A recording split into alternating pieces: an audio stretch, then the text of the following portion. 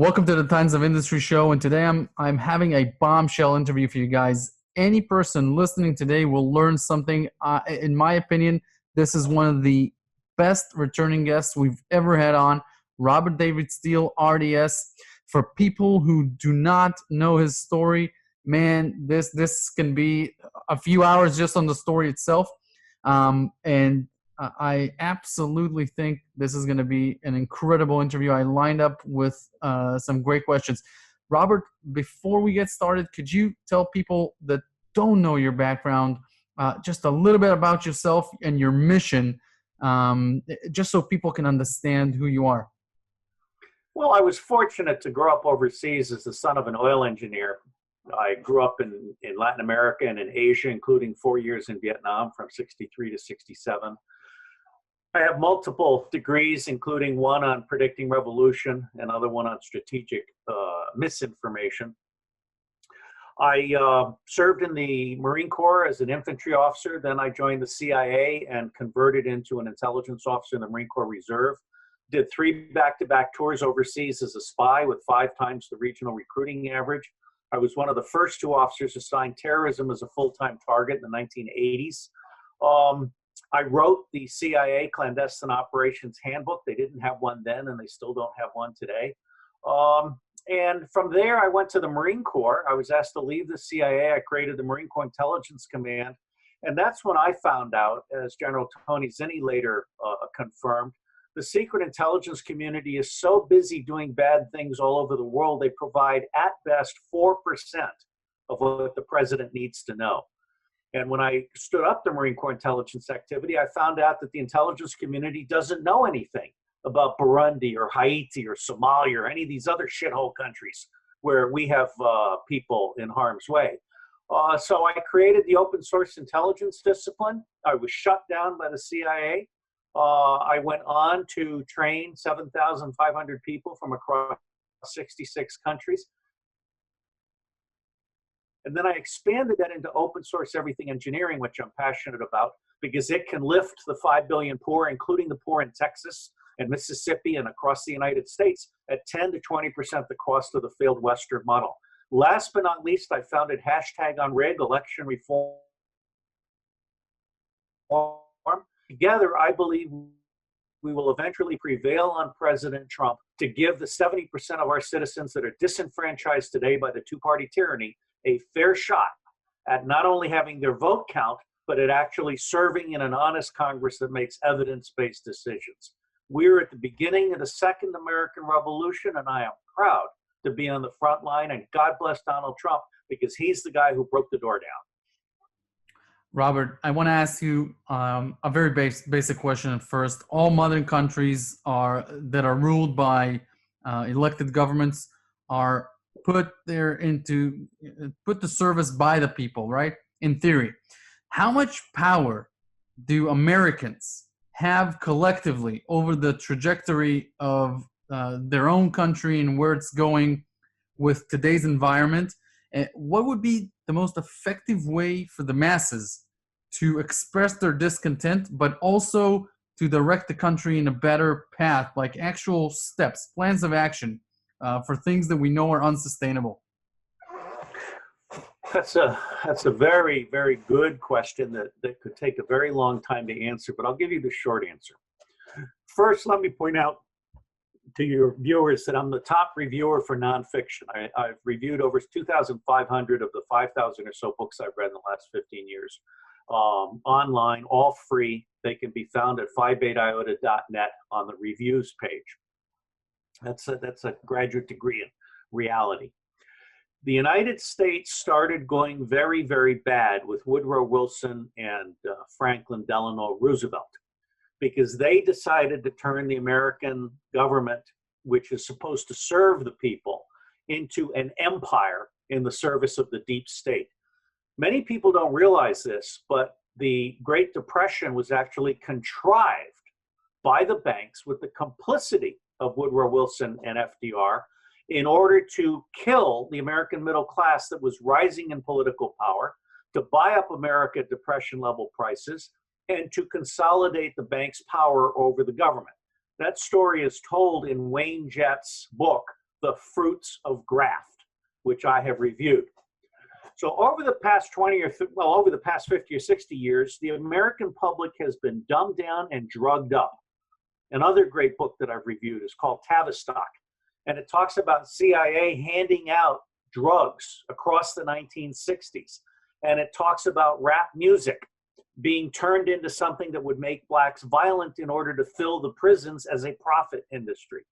I cannot overstate to you the degree to which the American people have been under attack by their own government in the past 50 years. Now, there is good news. Although George Will cannot stand Donald Trump and Donald Trump cannot stand George Will, they represent two bookends for the Second American Revolution. Trump has broken the back of the two-party tyranny, and he's in the process of breaking the back of the deep state, starting with the Epstein case, which is going to blow apart 5,000 people. And I want to point out to people that Epstein is just one of 50 Mossad cells across this country. There's one in every state. And across every single state, we have governors and legislators who have been entrapped in pedophilia. They are on video doing bad things to small children. That's how the Zionists got 27 states to make it a felony to call for a boycott of Israel. They didn't get 27 states to do that because it's a good idea. They got 27 states to do that because the majority of those people are on video doing bad things to small children. And all of those laws will be overturned. Now, what George Will says is that the American experiment is unique because our Constitution, our Declaration of Independence say that we have natural law rights and that the government has been established in order to serve us. We don't get our rights from the government. We give the government limited rights, and all rights that we don't give to the government are reserved for the public. All right? So bottom line for me is that we are at the very beginning of the Second American Revolution. We are starting to push back on all of these attacks on family values in the community. We're starting to push back, for example, on California, forcing children to contemplate whether they might be one of 30 different varieties of pervert, including transgenders. We are forcing in California churches to abandon the model of one man, one woman, one family. This is all perversion. This is all killing the American culture. I just came back from lunch today with Dr.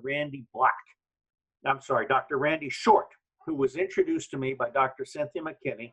He is, as she is, one of the leaders of the Black community.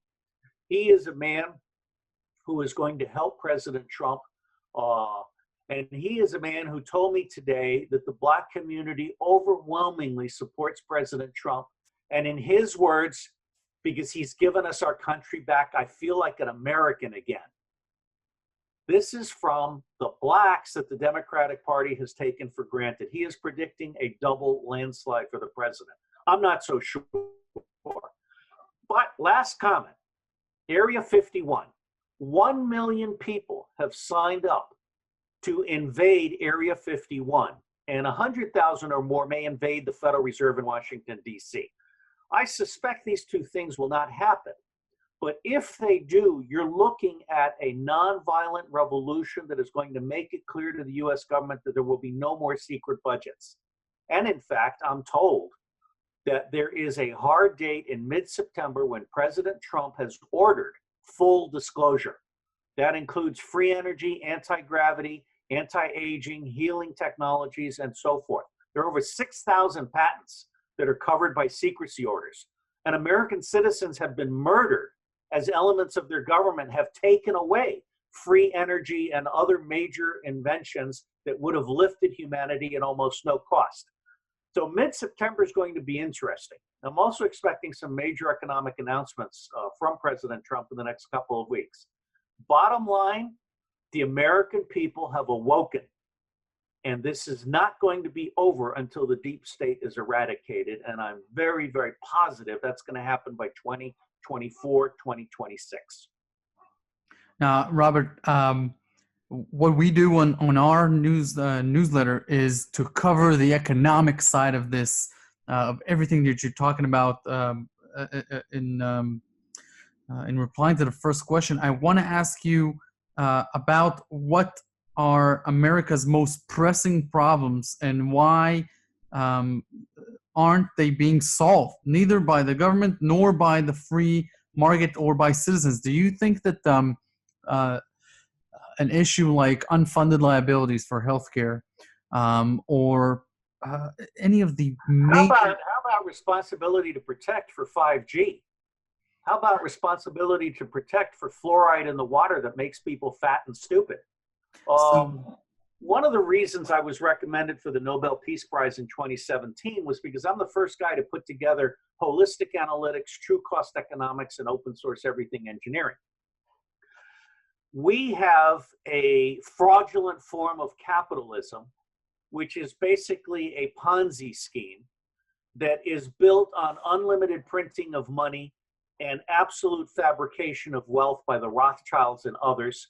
And in fact, the SWIFT system transfers fraud because the Rothschilds can pretend to have $3 billion in Austria and have it wired to a bank in New York, which accepts it as if it were real. They don't actually look to see if that $3 billion is backed up by anything. And then the Rothschilds will use that $3 billion in fake money to buy real estate and other assets, including gold.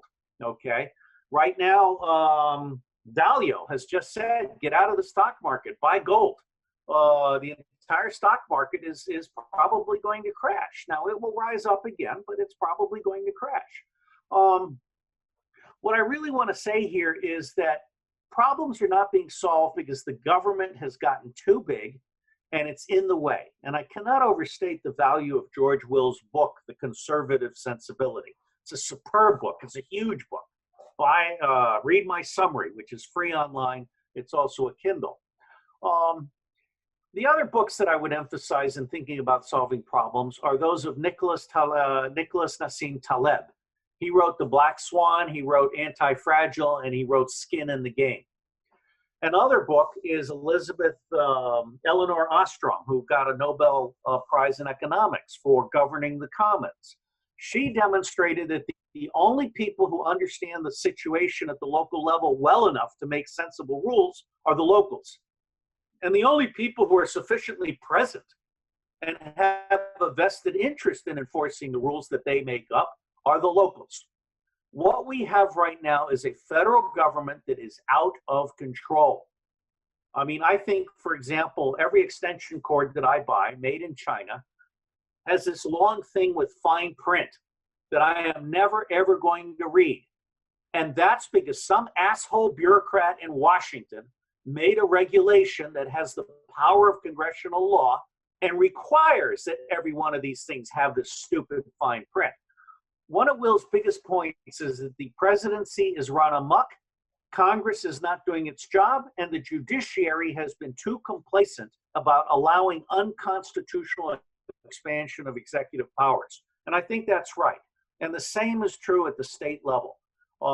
We are ripe for a massive public outcry, and that may start if President Trump does something that I think he will do perhaps before Election Day, which is cancel the federal income tax. If the federal income tax is canceled and the president does not borrow any more money, then we move to a value-added tax, or what Dr. Edgar Feige in Wisconsin calls the automated payment transaction tax. That's collected at the county level. It's a portion to the state level, and then it's a portion to the federal level by the states, contingent on the federal government presenting a balanced budget. Today, not only is the federal budget not balanced, it's spending 3 times the amount of money it has. It's borrowing 2/3 of the money. Furthermore, multiple government agencies have offshore illegal accounts, starting with the CIA and Treasury. These are rooted in gold that we captured from the Japanese. That's a story told in Gold Warriors by my friend Sterling and Peggy Seegraves, who have passed. The U.S. government, elements of the U.S. government, have been running drugs, guns, cash, gold, and small children. The reason the Texas border is wide open is not because of Nancy Pelosi, but because the Johnson crime family and the Bush crime family wanted an open border so that they could smuggle stuff in and out of the United States with impunity. And you've got an awful lot of sheriffs and prosecutors and judges in Texas, many of them on Mossad videos doing bad things to small children that have been completely compromised. So you ask a very important question. Our most pressing problems is that we're not making evidence-based decisions. We have no intelligence, no integrity, and no imagination in the US government or any state government. And our local governments have become mini bureaucracies. Look at Fairfax County. Sharon Bulova cannot fix two lousy little bridges on a park stream. She's so busy spending millions and millions of dollars beautifying overpasses. Our government is broken. The good news is, I think we're at the beginning of people taking back the power in a nonviolent, thoughtful way. And I'm very, very proud to be an American. I'm very happy to be here today for this. Robert, what do you think the United States possesses as a competitive advantages over other countries as we begin the third decade of this country? Seems like, you know, the reserve currency role allows the government to kick the can down the road. It allows them to expand the money supply, to borrow at low rates, and you know, it just looks like the real economy is getting ignored. Yeah. What are some, you know, what is the price that we're going to pay for these errors, and what do you think will happen in terms of the competitive advantages that the U.S. has over other countries as we proceed into a world where, as we see, wages are very stagnated because of robotics, automation, and so forth. And of course, the U.S. cannot really compete with other countries that have far less regulations and much lower cost of labor. What are the competitive advantages for the U.S. going forward as we progress in this century? Well, let me take that at multiple levels. There's a wonderful book by Joel Garrow called The 9 Nations of North America. There's another book called The 11 Nations of North America. We're actually 2 Americas. The assholes on the West and East Coast and everybody else. Middle America is solid. Middle America is a bunch of ass-kicking people that don't ask for handouts and can sweat and do manual labor and really understand the pride and respect and everything that goes with it that's associated with the American character. The pissants on the West Coast and on the East Coast are effete intellectuals. I mean, we have a country now that on the East and West Coast consists of feminine men, butch women, and transgender children that whine a lot and want handouts. Okay? I mean, this is a real problem. The good news is, I think, and I've said this before, there's nothing wrong with America the Beautiful that cannot be fixed and fixed quick by restoring integrity to everything we do. Another book I've reviewed is called The Cheating Culture.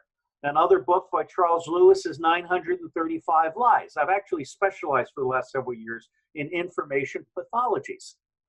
50 to 70% of all of our knowledge, whether it's medicine or science or history, is a lie. It's a lie. And we are being told politically correct bullshit. All right? Now, Ben Garrison is one of America's greatest cartoonists. And he was just disinvited from the White House because the Anti-Defamation League organized a massive troll exercise in which Ben was defamed with emails, phone calls, and postal letters to the White House and also White House comments saying he was anti-Semitic.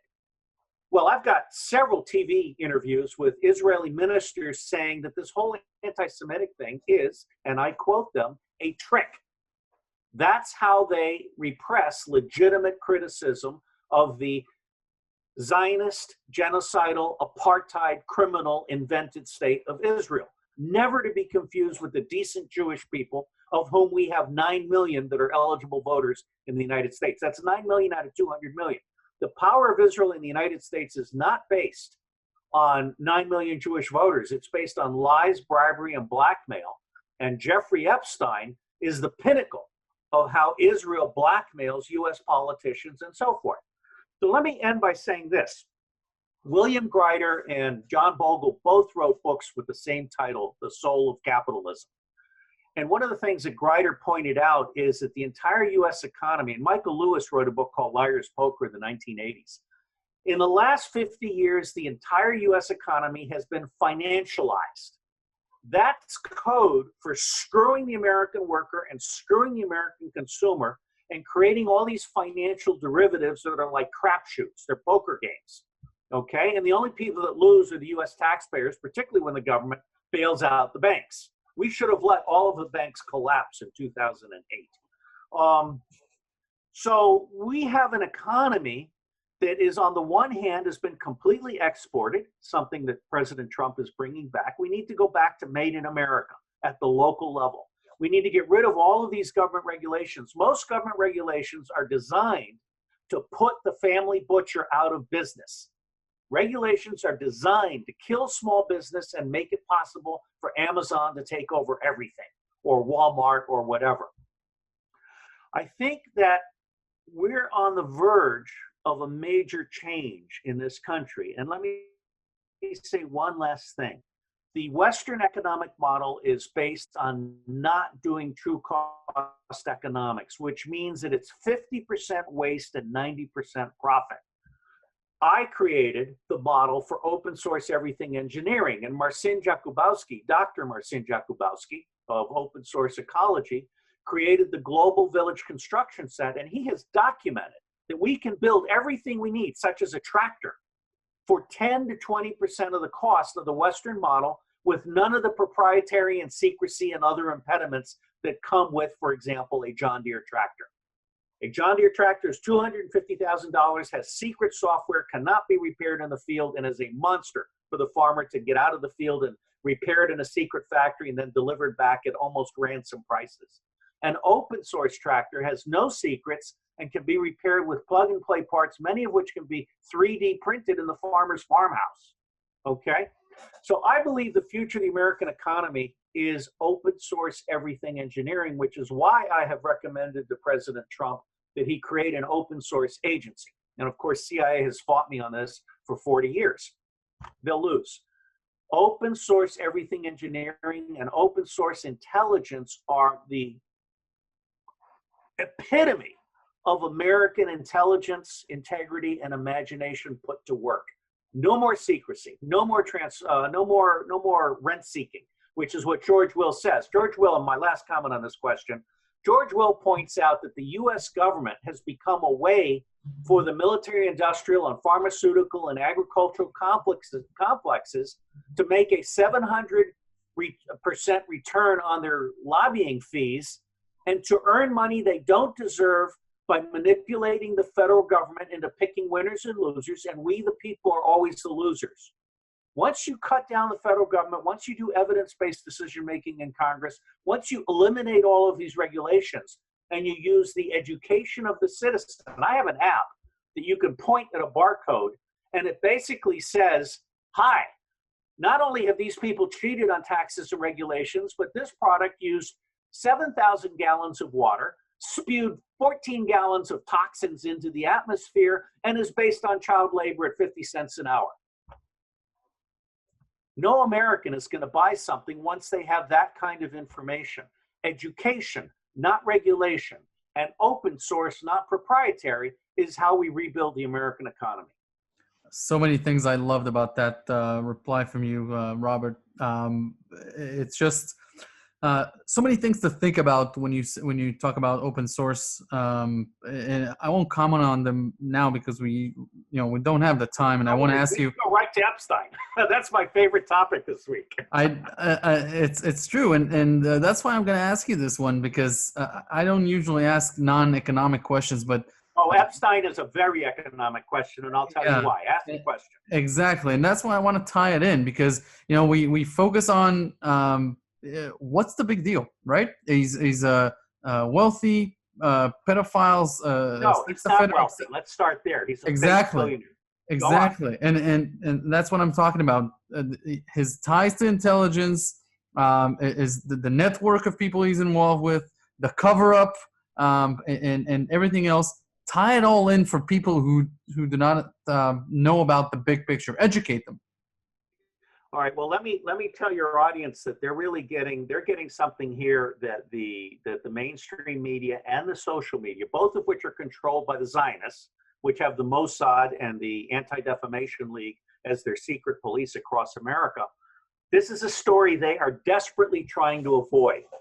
And your listeners can go to tinyurl.com/Mossad-Epstein. I don't know if it's case sensitive, but the M and the E are capitalized. Mossad-Epstein at tinyurl.com/. I have put it all there. Now, I'm a former spy. I've done a tour in counterintelligence. When Epstein was arrested the first time, I went on record, and anyone can look up Robert Steele, Jeffrey Epstein, fake billionaire, or Robert Steele, Jeffrey Epstein, Mossad. Let me give you the ingredients of the story. Number one, Epstein is a fake billionaire who was added to an existing prostitution network. Ghislaine Maxwell, in my judgment, is a Mossad officer. Her father, Robert Maxwell, was the most famous Mossad spy in U.S. history. He pioneered software backdoors into all governments everywhere, but particularly the U.S. and Canada. And there's a book that I've reviewed, Robert Maxwell, Israeli Super Spy. So let's start with the fact, in my view, my opinion, Ghislaine Maxwell was a Mossad officer running a high-level prostitution ring that included children, boys and girls, and trapping people in a relatively low-level way. They needed someone like Jeffrey Epstein to pretend to be a billionaire, to suck the elites in, to be one of the boys, and to normalize pedophilia as a daily routine for people like Bill Clinton, and actually Hillary Clinton. Bill likes girls, Hillary likes girls. And so Jeffrey Epstein was given a letter of credit, $1 billion, by Les Wexner. I didn't know the name of Les Wexner in 2008. Now I do. Les Wexner is one of 9 major Zionist billionaires in the United States of America. And to my great interest, I found out that Sheldon Adelson is not one of the 9. So Sheldon Adelson, even though he supports Israel, may not actually be the traitor that Les Wexner is. Les Wexner is not only said to have funded Epstein, he's said to have funded the 9/11 false flag operation that Israel carried out from 1988 onwards with Dick Cheney's active complicity from 1990. And your viewers can find that story at tinyurl.com/911-POTUS, P-O-T-U-S, for President of the United States. So the second ingredient, or the first ingredient is existing prostitution network run by Ghislaine Maxwell. Second ingredient is Les Wexner funds a fake billionaire, lends him his house. All of the stuff that the government is confiscating from Epstein, they're actually confiscating from Wexner. Okay? Epstein doesn't have a penny to his name in real terms. The third element of this is that the CIA and the FBI were complicit from day one. They've been sharing the take, and they've been protecting Jeffrey Epstein and Ghislaine Maxwell.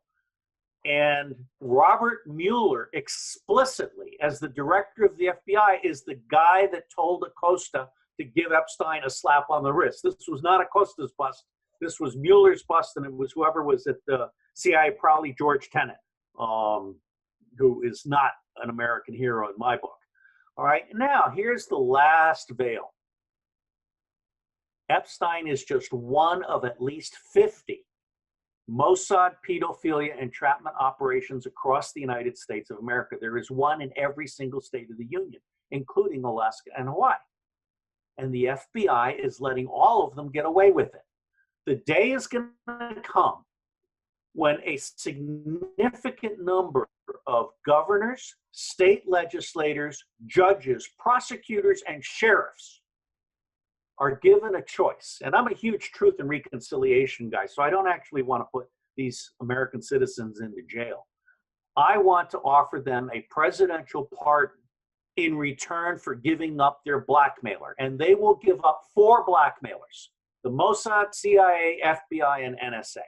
And when I say those organizations, I'm not talking necessarily about the actual parent institutions, but rogue elements within those organizations that are completely out of control. And to give Gina Haspel a modicum of credit, I will pretend she doesn't know this is happening. Okay? So there's a lot of good stuff that's going to happen in the near future. And I think Donald Trump's executive order on human trafficking was absolutely the most utterly brilliant thing he could have done. And that spells the beginning of the end of the deep state and its Zionist underbelly. And last but not least, let me say, the Zionists, not to be confused with decent Jews, the Zionists, the Cabal, the Luciferians, not to be confused with decent Jews.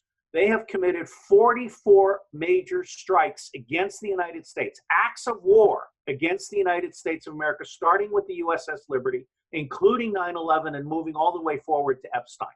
Okay, 44 strikes. I will say it is my view that by 2024, the Zionist parasite will be eliminated from the United States of America and our economy will come back to normal. And by 2026, the invented state of Israel will no longer exist and Palestine will once again be Palestinian. And the one last economic thought that I forgot to mention, pedophilia entrapment is not used to make money. It's used to influence policy, and it's also used when working with corporate and spy agency people to get software backdoors so that the Zionists can do insider trading. Goldman Sachs is very good at insider trading, and we're not holding them accountable for it. The Mossad took over the Department of Homeland Security, and they use that to penetrate all law enforcement computers around the United States. So when you look at Epstein from an economic point of view, you need to look at the fact that the United States government is hemorrhaging money, $7 trillion spent in the Middle East, as our president has said, for no good end, because Israel was able to blackmail Barack Obama and Baby Bush with the assistance of Dick Cheney, who may still be in charge of the U.S. government using the Continuity of Operations program. And it was able to force us to go to war in Iraq and Afghanistan when everybody knew, including Steve Piasak and myself, that bin Laden had died in 2001, and he had said he had nothing to do with 9/11. It was an inside job planned by the Zionists, published in Benjamin Netanyahu's book in 1994 or so, and carried out 3 months after the Port Authority of New York and New Jersey sold the buildings to Larry Silverstein. The governors of New York and New Jersey, the mayor of New York City, Rudy Giuliani, and the senior leaders of the Port Authority of New York and New Jersey will one day be held accountable for 9/11 as an inside job, insurance fraud dressed up as terrorism that murdered 3,000 people. And Robert Mueller, as director of the FBI, is immediately and directly complicit in 3,000 counts of obstruction of justice after the fact. Robert, you've dealt and you're confronting much of this corruption and criminality in government. You see the division between left, right, between people of color, status, wealth. What ties this country together? Because you said you're proud to be an American, you're proud to be here. You talk about the heart of America, etc. You know, the Constitution used to be the document that binds all Americans, the pursuit of happiness, freedom of speech, etc. They're not enforced anymore. This is not an ethnic group. Larry, actually, there's talk about this. There's several things I want to say about that. Let me start by saying that I grew up overseas with many servants. I mean, in Vietnam we had 7 servants: upstairs maid, downstairs maid, driver, cook's assistant, gardener, the whole bit. And it never really occurred to me that there was something wrong with people of color having one small room in the back with a light bulb, and then we had the rest of the house. When I came back to the United States, apart from going to the university, I then joined the Marine Corps, where I, for the first time, was sharing quarters with people of all colors. And I had never been prejudiced in any way. It just hadn't computed. But something really struck me when my drill sergeant, Gunnery Sergeant Kelly, said to us, all of us, he said, essentially, listen, assholes, some of you are dark green Marines, some of you are light green Marines, you all bleed red, you are all green. Get used to it. And that for me was like, wow. And it's still true today. It doesn't matter what our color is. In fact, many stupid people across America don't understand that Latinos come in all colors, including red and yellow. They're not brown by definition. Um, so number one, I think that we're actually sound as a country. The problem is with the extreme left trying to normalize perversion and trying to normalize criminality. It's illegal for every official in every sanctuary city to provide assistance to someone who has broken the law coming into the United States of America. I'm waiting for the president to start bringing charges against these people who are violating the law by making it possible for criminals to continue to work and live in the United States of America. I'm a Latino. I'm a white Latino. I'm 4% black, according to my DNA test. But the bottom line here is all Latinos that I know are furious with the fact that we have open borders. And AOC is a waitress actress who was hired after she auditioned for the job and put into power by this Justice Party that is as close to the communist subversion as you want to get. Well, and I think the president's going to win in a landslide. Now, let me tell you what's bringing us all together. And again, I just had lunch with Dr. Randy Short, who by the way, has recommended to President Trump that he pardon the Black Panthers, both posthumously and still in prison, and also the Native American leaders. And if the president were to pardon the Black Panthers in the next week or so, that would put paid to the false charges that he's a racist. He's not a racist. He's a practical man. And I will end on this note. If there's one thing that has given us our country back and brought all of us together against the subversive traitors within our own borders, it's Donald Trump. God bless Donald Trump. Robert, in your view, as U.S. dominance peaked? And if so, how does the unwinding look like?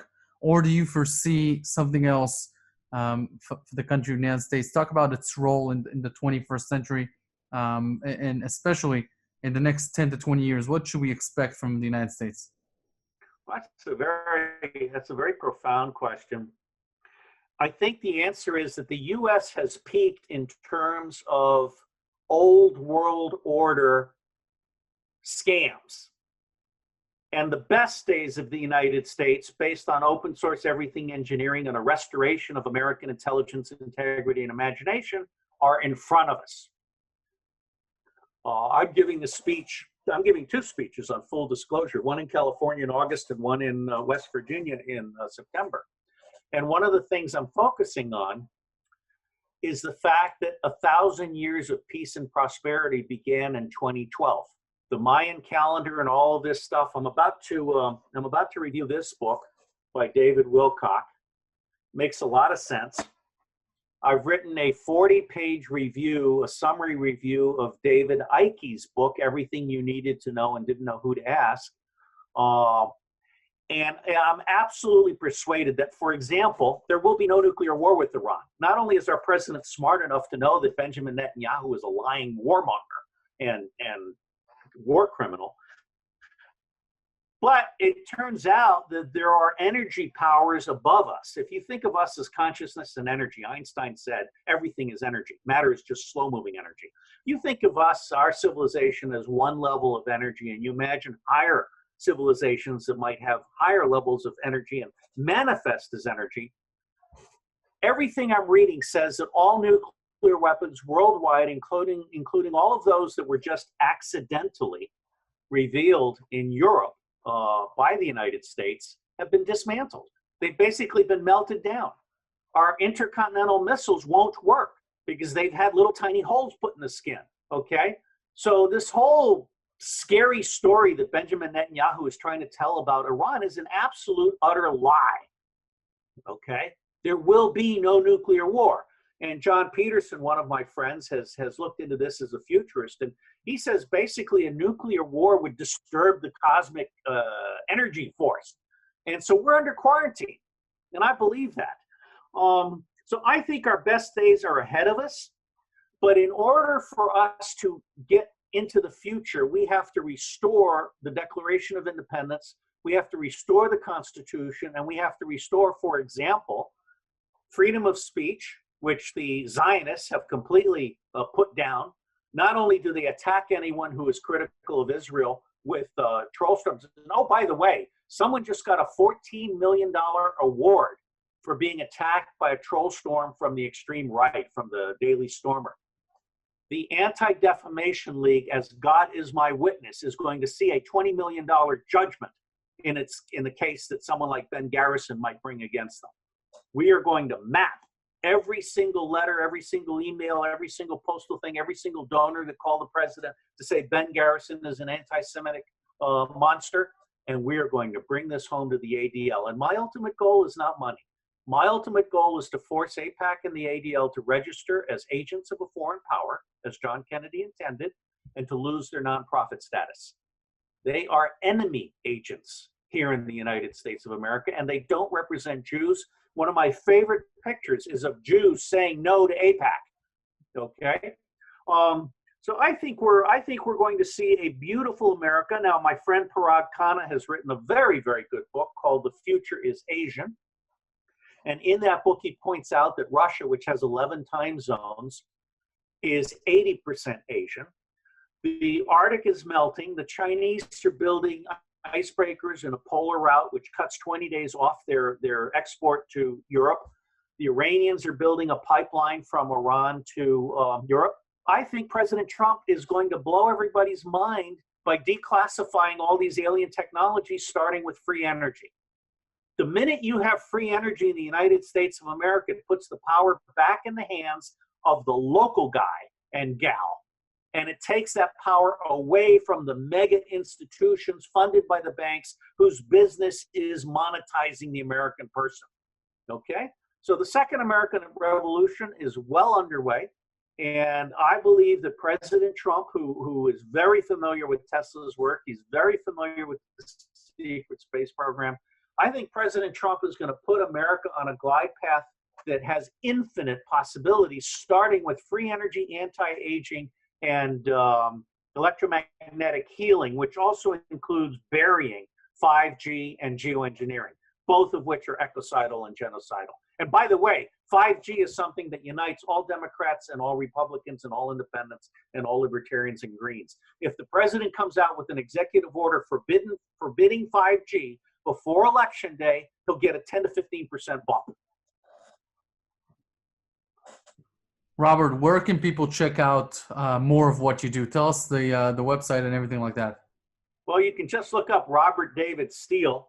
I never realized that RDS was an honor, you know, like you're called AOC or RDS. I don't know of any other RDS. But if you just look up Robert David Steele, I'm #1 in all search results, robertdavidsteele.com, because I was successfully able to sue Wikipedia into taking down the Zionist version of my biography, which was full of lies. I cannot overstate to people the degree to which Wikipedia is full of lies. Twitter, Google, Facebook, Meetup, YouTube, full of lies. And what I'm dedicating myself to in the next 2 years, apart from trying to re-elect Donald Trump, is creating a truth channel. I am going to create a social ecology that cannot be censored and that will always tell the truth. And that is how I want to spend the next 20 years. Robert, thank you very much for taking the time, and we'll definitely circle back. Very interesting stuff, as always. Thank you, sir. Well, let me point out that everything at robertdavidsteele.com and everything at phibeta.net is free. And my secondary goal is election reform, #unrig, so that we have a Congress that is 1/3 not Republican, not Democratic, and makes evidence-based decisions. The future of America is bright. Thank you, Robert. Thank you, sir.